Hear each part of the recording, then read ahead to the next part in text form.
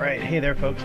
Today we're going to talk about triangles, and you've known about triangles for a long time. But we're going to go a little bit deeper. We're going to look into classifying them and kind of some of the facts about triangles that you may not have thought about in the past. So the first thing is, how do we notate a triangle? And that is not a big deal. So I'm going to call this, I'm going to use ABC. So a triangle, as you know, has three sides and it has three corners.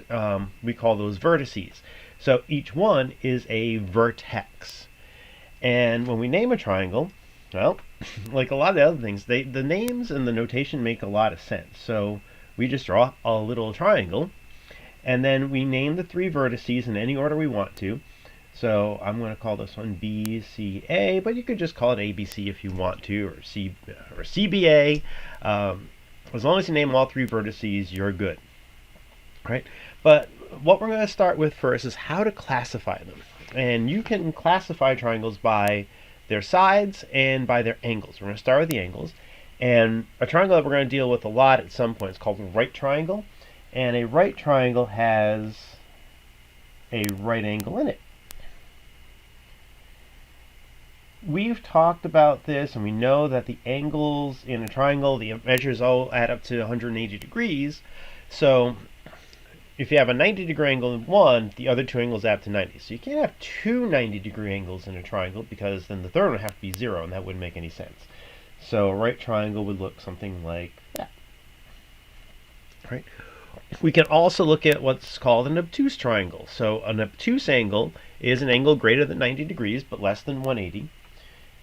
And an obtuse triangle will contain one obtuse angle.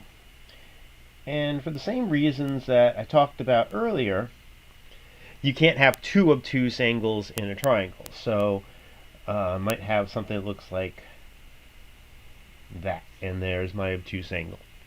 Right? And then the third kind of triangle that we classify by angles is called an acute triangle. And in that one, all of the angles are acute. They're between 0 and 90 degrees.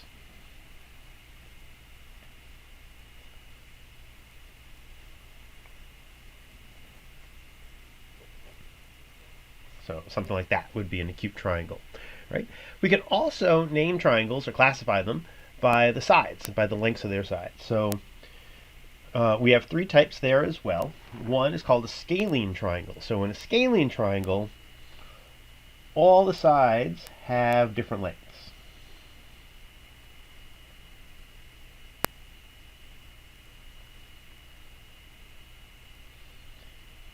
Right? In an isosceles triangle, there will be two sides of the same length. So there are two congruent sides.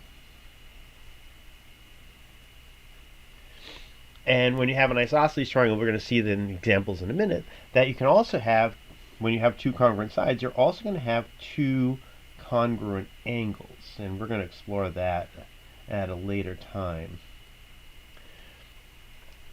And then the third kind of triangle is called equilateral. So you can kind of see the equi in the root. Lateral means sides. So in an equilateral triangle,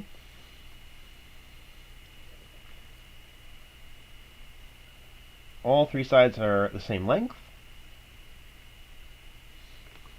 Right? And if we think about it, we know that all the angles in a triangle add up to 180 degrees. So if all the sides are the same length, all the angles have the same measure. And if you divide 180 by 3, you get 60. So in an equilateral triangle, every equilateral triangle, all angles are 60 degrees.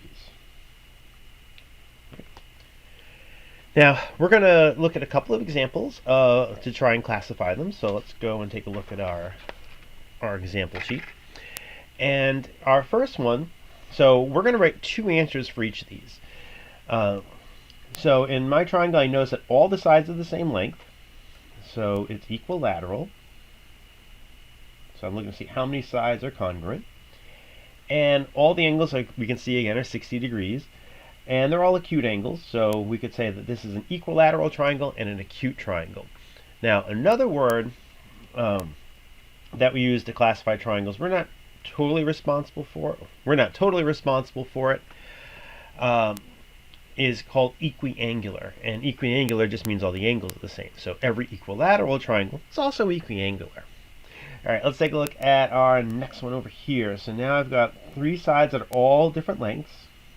So we would call that a scalene triangle. And all the angles are less than 90 degrees, so this is an acute triangle. All right. So let's go and find one that's a little bit different. I'll skip a little bit. I'm going to go down to this one right here. And in this triangle, so I look at the sides. I have two of them that are 2.5 units long, don't know what they are, and the third side is 4.5. So if two sides are the same length,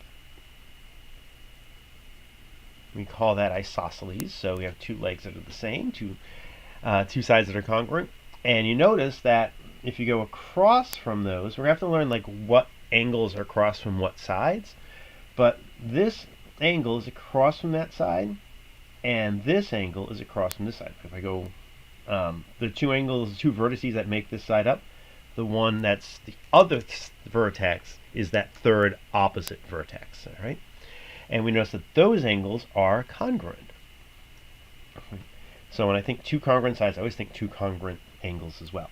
I also notice there's one obtuse angle. So we also call this an obtuse. So when I classify this by its angles, I would call this an obtuse triangle. All right. So those are the different ways we can classify triangles.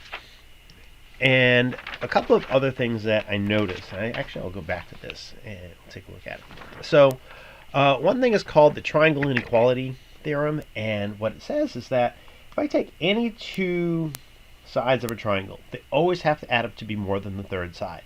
So and it makes a lot of sense. So if this 6.8 unit side, by the way, this is a right triangle and it's isosceles because I know two sides are the same. So this 6.8 segment connects this point to that point. And the other two sides have to connect the same 2 points. This one to this one. But they don't go the shortest path. They take this kind of indirect route there. So those two sides have to be more than the third side, and that's true all the time. So 4.8 plus 4.8 is greater than 6.8, and 6.8 plus 4.8 is greater than 4.8, and same thing over here. These two sides would add up to more than the third. So if I get three sides and I want to know if they make a triangle or not, let's say I have three sides and the lengths are 12, 15, and 20. And I want to know if you can make a triangle with those lengths. Well, the way I figure it out is I add any two lengths and compare it to the third. So 12 plus 15 is more than 20, so far that's good. 15 plus 20 adds up to more than 12, that's 35, so that's good. And then 12 plus 20 has to add up to be more than 15, and that's also good. Now, we're going to learn eventually that you don't have to do all three comparisons.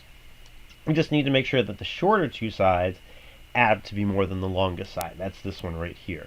So the other ones will kind of fall into place.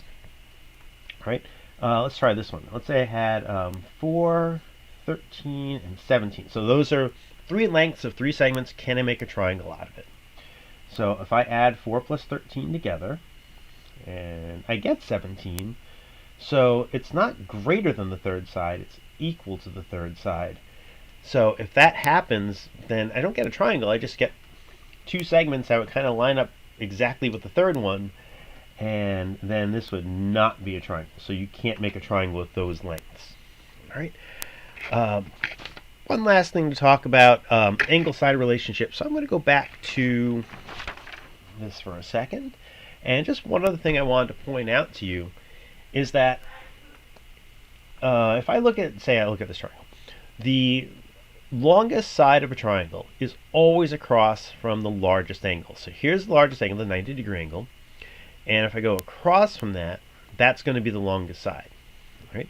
The other two angles, since they are congruents, an isosceles triangle, means the opposite sides have the same length.